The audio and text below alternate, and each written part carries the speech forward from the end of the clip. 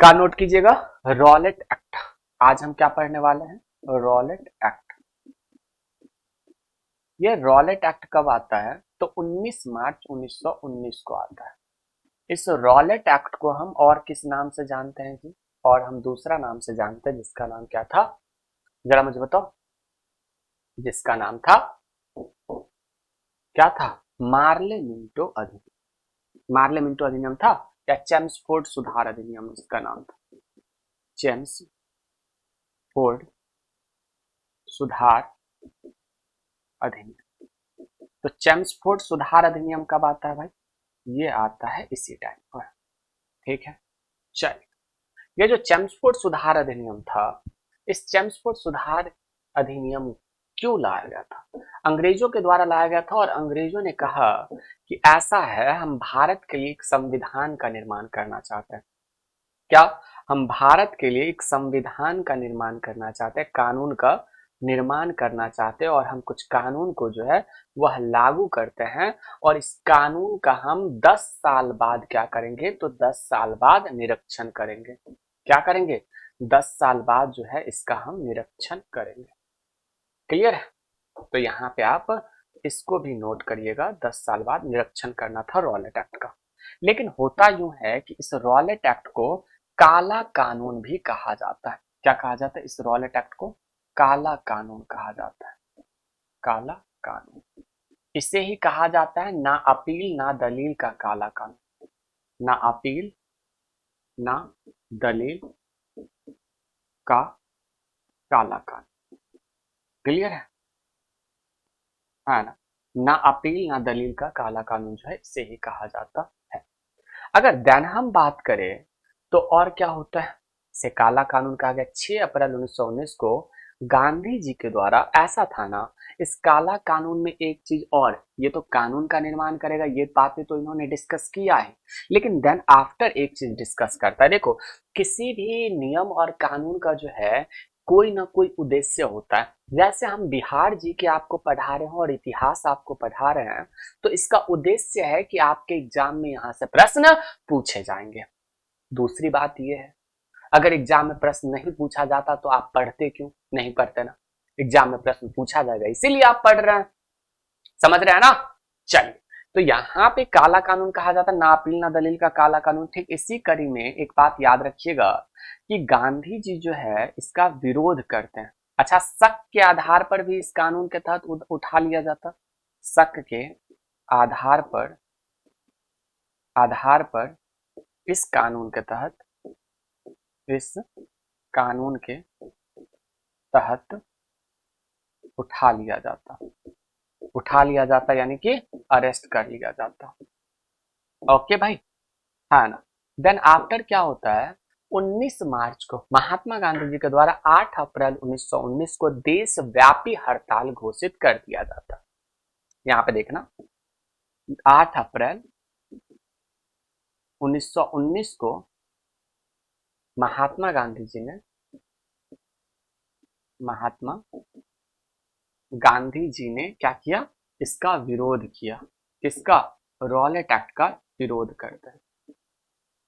जब विरोध किया इनका, तो इन्हें लगने लगा कि भाई ये तो गलत है, अंग्रेजों ने जो ये कानून बनाया है तो ये तो बिल्कुल गलत है भाई, शक के आधार पर किसी को भी उठा लेगा। और इसीलिए रॉलेट सत्याग्रह भी स्टार्ट किया जाता है। कौन सा, रॉलेट सत्याग्रह जो है इसे स्टार्ट किया जाता है। क्लियर है, कौन सा सत्याग्रह, रॉलेट सत्याग्रह स्टार्ट किया गया। क्लियर है, ओके सर। इसी के बाद भारत के दो महान व्यक्ति, भारत का एक राज्य है पंजाब और उसका एक शहर है अमृतसर, वहां के दो व्यक्ति सैफुद्दीन किचलू और डॉक्टर सत्यपाल मलिक, दोनों को अरेस्ट कर लिया गया। किन किन को, सैफुद्दीन किचलू और सत्यपाल मलिक जी जो थे, इन दोनों को अरेस्ट कर लिया गया। और दोनों को अरेस्ट करने के कारण 13 अप्रैल 1919 का वो दिन जब भारत के जितने भी यानी कि अमृतसर के जितने भी लोग थे वो सभी लोग विरोध प्रदर्शन कर रहे थे जलियांवाला बाग में, और वहां पर भारत का एक गद्दार था जिसका नाम था हंसराज। उन्होंने जाकर के इस बात की जानकारी जनरल डायर को दी और जनरल डायर ने निहत्थे लोगों पर गेट बंद करके उस पार्क में जितने भी लोग थे सभी पर गोलियां चला दी थी। अभी हाल ही में एक बहुत अच्छे कवि है जो वायरल हो रहे हैं, उन्होंने एक बात बताया था कि गुरुजी ऐसी बातें हैं, वो शायरी कहते हुए उन्होंने कहा था कि अंग्रेजों ने कहा कि पठान पीठ दिखा करके भाग रहे थे इसलिए हमने गोली चलाया। तो आपने फ्रंटियर गांधी का नाम सुना होगा जिसका नाम सीमांत गांधी है। सीमांत गांधी खान अब्दुल गफ्फार खान, खान अब्दुल गफ्फार खान कहते हैं अगर कोई भी पठान के पीठ पर अगर गोली तूने मारा होगा यानी कि छाती पर गोली मारा होगा तो भारत के जितने भी मुसलमान है वह इस विद्रोह से बाहर हो जाएंगे। दिखा दे 26 मुसलमान मरे थे उसमें, लेकिन 26 के 26 मुसलमानों ने सीने पर गोली ना खा करके पीठ पर गोली खाया था, यानी कि अंग्रेजों को डर था। यानी कि कहता है ना, छोड़िए, हो गया ना। चलिए, आप सच में इतना रिलीजियस हो या बस स्टोरी लगा लेते हो? अरे मोहित भाई तुम ये कह रहे हो आप रिलीजियस हो? ओ भाई साहब देखो भाई ये बात है, धर्म, अपने धर्म को अपने जात को मानना कोई बुरी बात नहीं है, लेकिन किसी दूसरे धर्म का बुराई करना ये बुरी बात है, मेरा ऐसा मानना है। बाद में कि आप लोग क्या सोचते हो क्या नहीं सोचते हो ये तो आपकी मर्जी है, हर किसी का अपना अपना सोच होता है। हमारा भी एक सोच है जिसमें अपने धर्म का रिस्पेक्ट करते हुए किसी दूसरे धर्म को आहत ना पहुंचाए, ये हमारा धर्म कहता है। हमारा सनातन धर्म ये नहीं कहता कि तुम अपने धर्म का रिस्पेक्ट करते हुए किसी दूसरे धर्म की बुराई करो, किसी दूसरे धर्म के बारे में कुछ और भी बातें बोलो। तो ऐसा हमारा सनातन धर्म, ऐसा हमारा हिंदू धर्म बिल्कुल भी नहीं कहता। And I respect to every religious. Okay, समझ आ गए? हाँ ना। बिहार में वैसे भी बहुत ज्यादा प्रधान जाति बहुत सारे हैं। क्या फायदा इन सारी चीजों का, छोड़ो ना, जात पात में क्या रखा है। ठीक है यार, उन्होंने हमें से धर्म पूछ के मारा था, ठीक है कोई दिक्कत नहीं। अब भारतीय नेता जो है हमसे जात पूछ करके अब जनगणना करवाएगा, 29 कॉलम होते तो अब 30 कॉलम होंगे। तो वो सारी बातें अलग है, वो सारी बातें छोड़ो, अपने धर्म का रिस्पेक्ट करते हो करो, लेकिन दूसरे धर्म की बुराई करना ये कहीं की जायज बातें नहीं है। अगर आप अच्छे व्यक्ति है, आपके व्यक्तित्व का विकास हुआ है, आप एक धार्मिक व्यक्ति है और आप अपने माता पिता का रिस्पेक्ट करते हैं, तो आप कभी भी किसी को लेकर के निगेटिव थॉट अपने मन में लाएंगे नहीं। ये बातें हम बता रहे हैं, हमारे माता पिता ने जो सीख दिया है उसी के अकॉर्डिंग हम आपको बता रहे हैं, ठीक है जी, हाँ ना। चलिए, 8 अप्रैल 1819 को महात्मा गांधी 1919 को गांधी जी को अरेस्ट कर लिया। सॉरी ये जो हुआ था, हमने क्या कहा, ये 6 अप्रैल 1919 को हुआ था। कितने तारीख को हुआ था? 6 अप्रैल 1919 को हुआ था। महात्मा गांधी जी को अरेस्ट किया जाता है कब?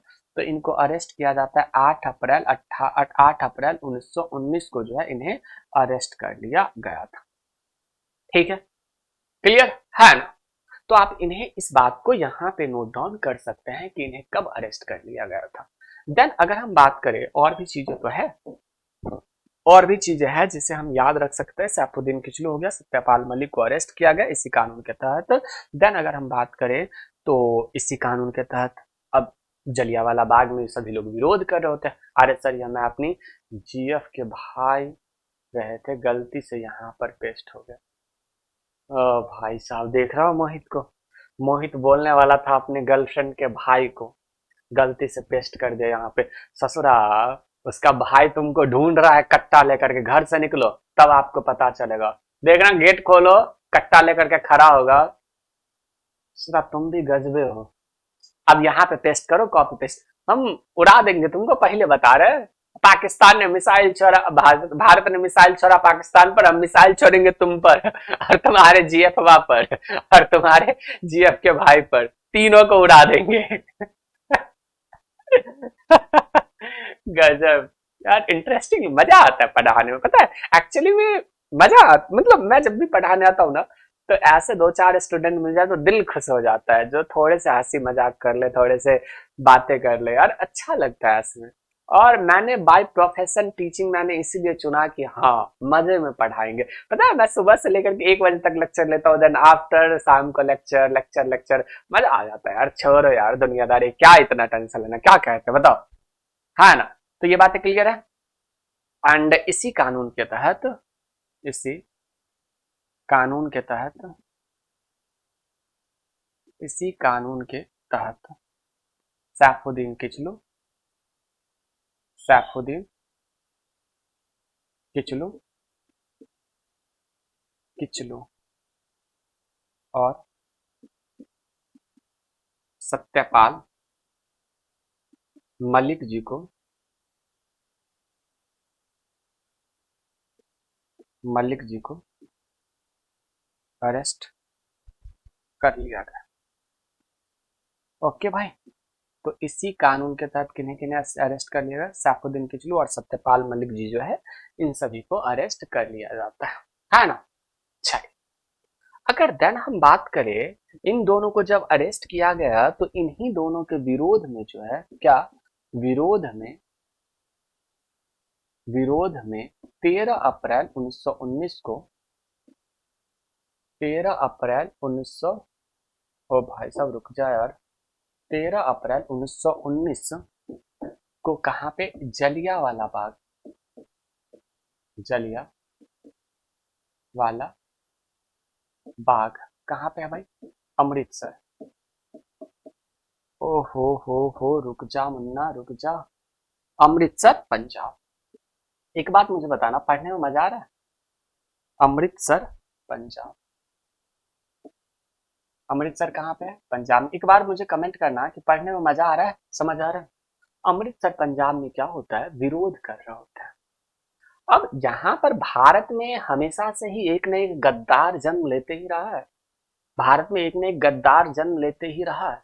इस बात का जो जानकारी है, जलियांवाला बाग में सभी लोग क्या कर रहा था? अमृतसर पंजाब में इसका विरोध कर रहा था, इसका विरोध कर रहा था। किसका? 1919 में जो रॉलेट एक्ट आया था, उस रॉलेट एक्ट का विरोध कर रहा था। ठीक है, जब रॉलेट एक्ट का विरोध कर रहा था, 13 अप्रैल 1919 की बात है, तो यहाँ पे क्या करता है? सर क्लास नहीं चल रहा, मेरे मोबाइल में कोई भी क्लास नहीं चल रहा, तुम अपने मोबाइल को उठाओ और गटर में डाल दो, काम तमाम। बोलो बाके बिहारी लाल की जय। ठीक है, खुश?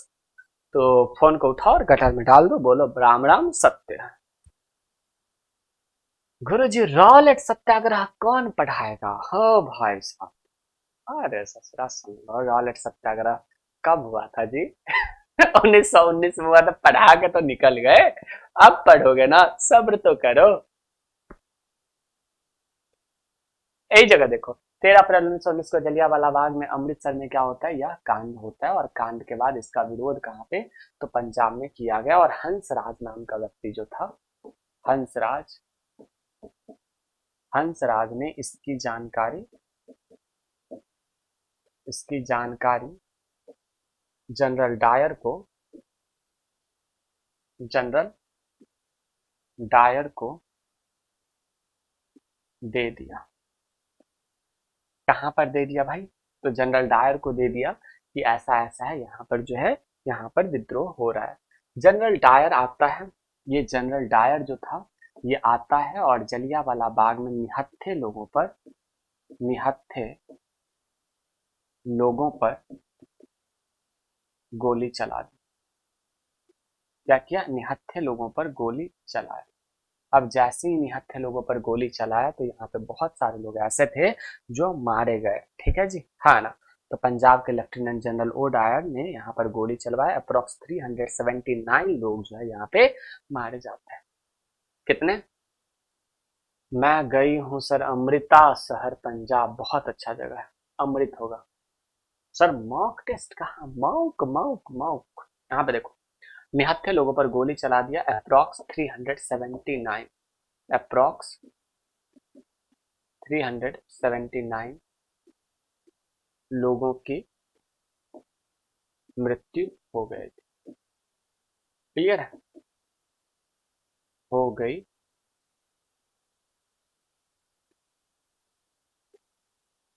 क्लियर है? देन अगर हम बात करें तो और भी कोई काम होता है क्या? हाँ जी, बिल्कुल काम होता है। जैसे कि अगर हम बात करें 379 लोगों की मृत्यु हो गई, यहाँ पर गांधी जी जो है इन्होंने केसर ए हिंद की उपाधि लौटा दी। हमने आपको बताया था महात्मा गांधी जी को उपाधि मिला था। यहाँ पर 379 लोगों की मृत्यु हुई, सभी को गेट बंद करके सभी को भून दिया गोली से। अब यहाँ पे देखना, यहां पर देखना क्या होता है, गांधी